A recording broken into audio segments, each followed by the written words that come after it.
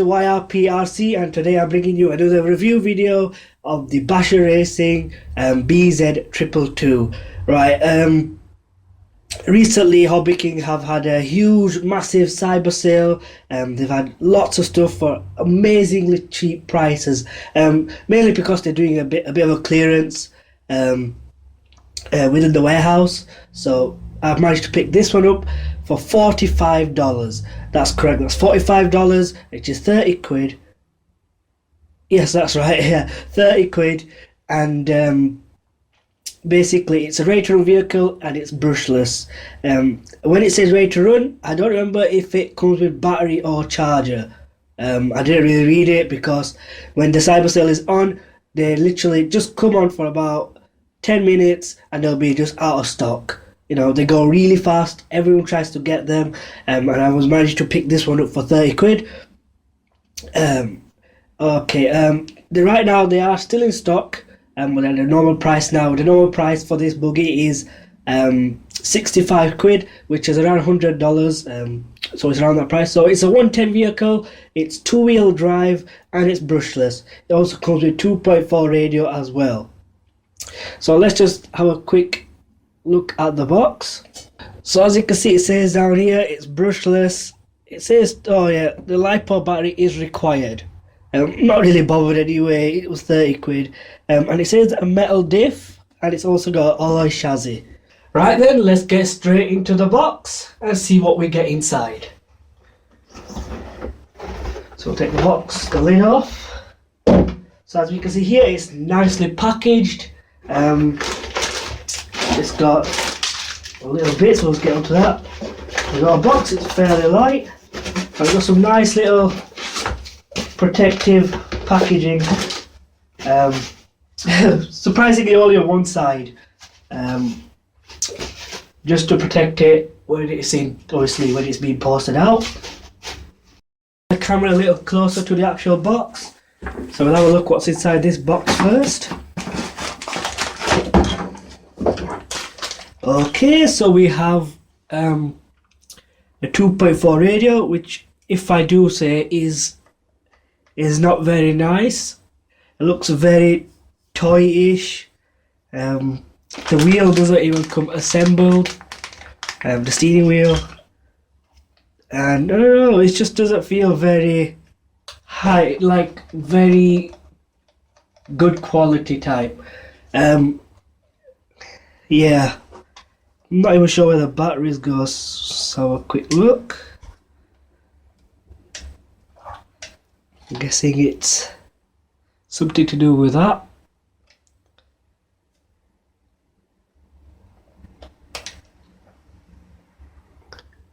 Okay, so it's taken me quite a while to figure this out, but what you do, there's a button here, and that pops up. This is the actual battery tray. And for those who have noticed already, it takes 4 AAA batteries. It does not take AA's. This is a AA battery, and as you can see, it will not fit in there. So it takes AA's, which is kind of rubbish, once again. So I do not like this transmitter at all. It's cheap. It doesn't have much adjustments. It's just got the steering and throttle adjustment, and I don't know, it just doesn't feel very good quality. So the steering wheel comes in there. I'm not sure if it's screwed on or if it's clipped on. I don't see a little screw in there, but there is a screw hole in there, so I'm guessing it'll be screwed on. Maybe let's get out of the way. So next, well, we have an empty. It's empty, nothing in there. But we have the rear wing, which is not stickered, so you can put all your decals on there yourself, which is quite nice. Let's come into the car in a second, and we have the last little packaging kind of thing. It's got the instruction manual, so it's nicely coloured. You know, it's not in black or white, which is obviously nice. You have a lot of little sticker details in there. which is also a nice little feature as well. You know, you can kind of sticker yours to be different, you know, they're not all the same. And you also have a little bind plug, and you also have a few other little bits in there. I wonder if that's so you can convert it into mid motor and rear motor. I'm not entirely sure, but it could be that actually, yeah, because if you can do it, that's absolutely, you know, it's great. You know, it's a budget race buggy, so that's quite good. So we'll just move the box, and here we have the actual car. So first looks, let's move the camera down a bit there. First looks, the car is very good looking.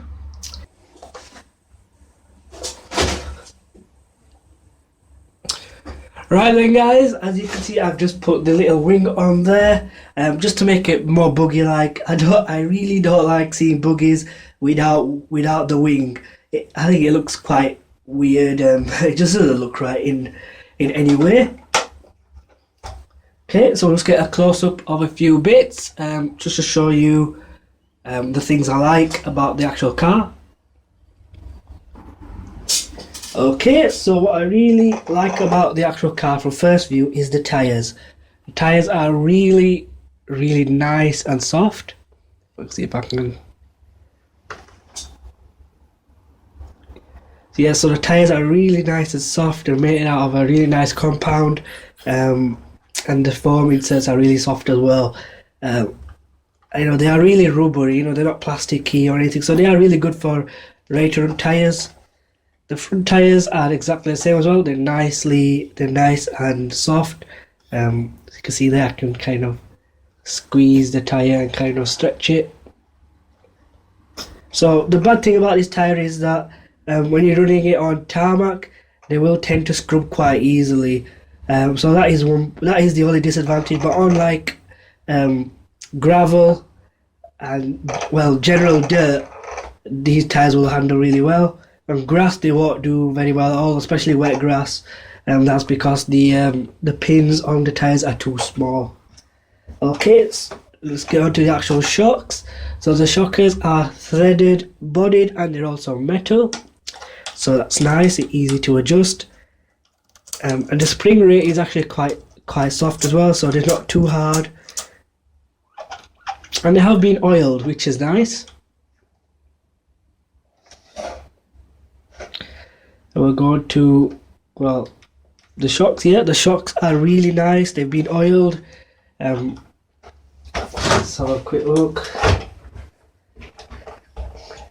So it's got a decent ready-to-run suspension, especially for a very budget buggy. You know, it's nicely soft. It's got some droop on there as well, and that's without a battery pack.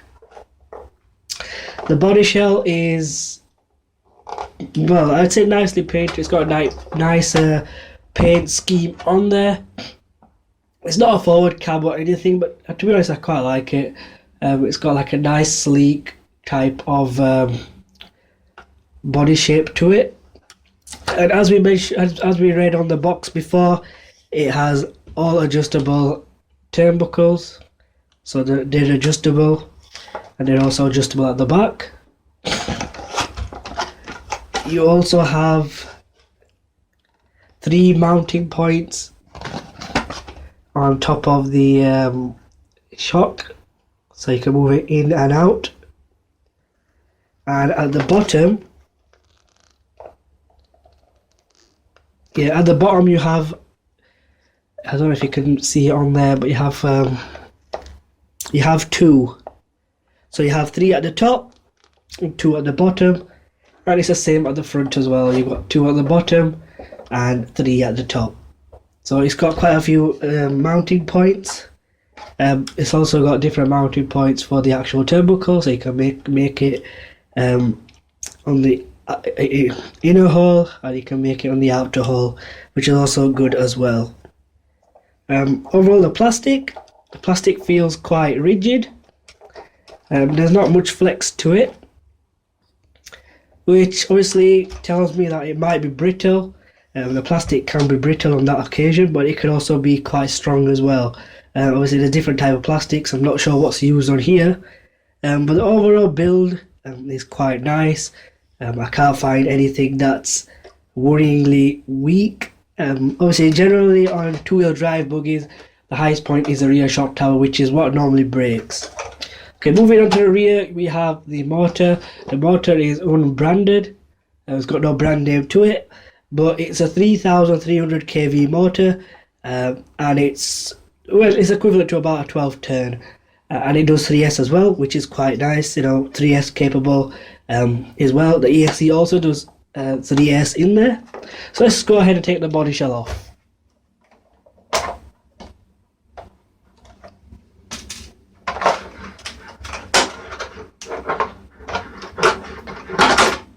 So the body shell has this little thing, and as you've noticed there, it's not the easiest thing to take off.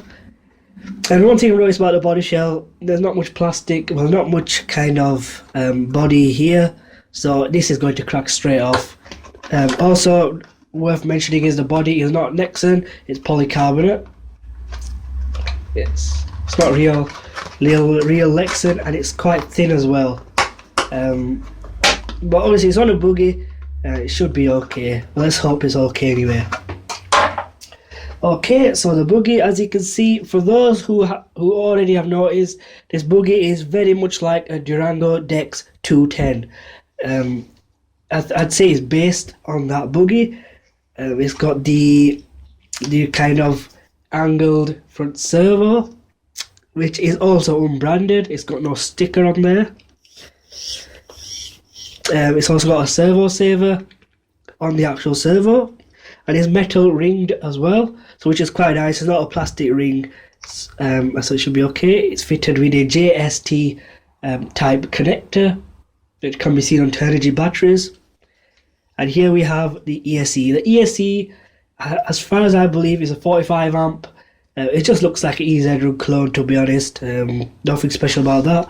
It does do 3S though, so obviously that is something that you can say which is good. We have the receiver, which is obviously a 2.4 gigahertz radio system, but obviously the transmitter isn't the best.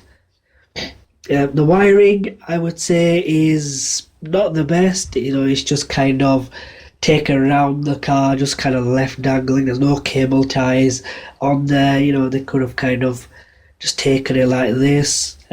Just stuck it like that, but when it goes over the battery tray, there's no need for that. But obviously you can sort it out yourself if you like. I would just like a ready-to-run car, to be done more properly. We also have the battery holder, so we'll just have a look at the battery holder.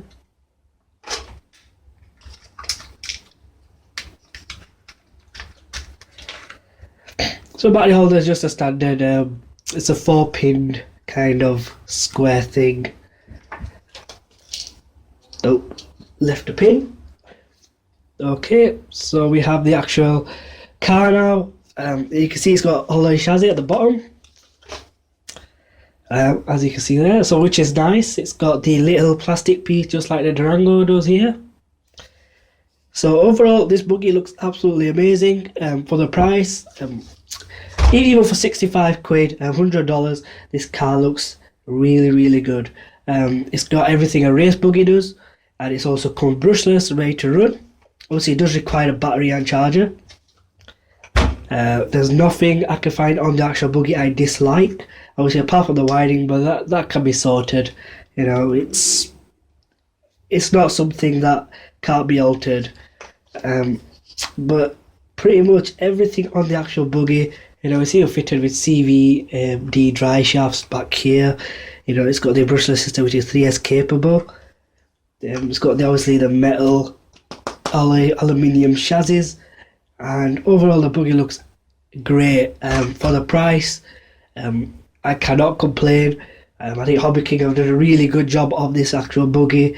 Obviously based it on the Dex 210 kind of platform, and it also can be moved to mid motor, so you can have it mid motor as well. I'm not sure if you'll get a stick pack in there on a mid motor. Let's have a quick look how much space we have here. So you do actually have quite a lot of space for the actual battery. The battery does actually slot in there, but this battery is a little too big. Just get a smaller one. So we just have like a little zippy battery here. So the battery does go into there. So I am guessing that you will, I don't know, it'll be very close.